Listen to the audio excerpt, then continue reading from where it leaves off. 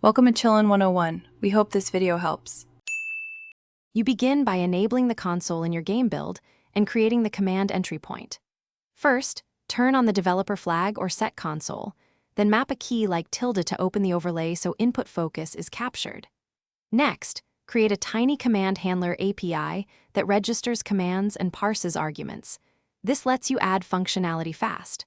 Once done, test a simple command like help or echo to verify the pipeline works before expanding commands. Now implement robust command processing so your console is reliable and safe.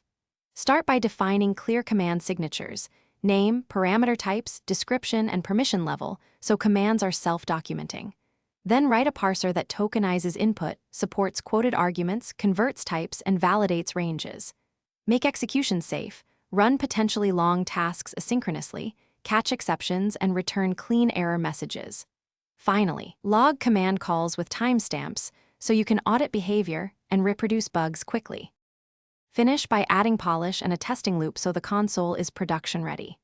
Implement help, autocomplete, aliases, and categories so users discover commands easily. Then write unit and integration tests covering parsing, permissions, and asynchronous execution. When testing, exercise edge cases like empty strings, escaped quotes, and large payloads. If something fails, first verify input focus and key binding, then check permission levels and parser tokenization. These are the most common culprits. Make incremental fixes and rerun tests until stable. Thanks for watching.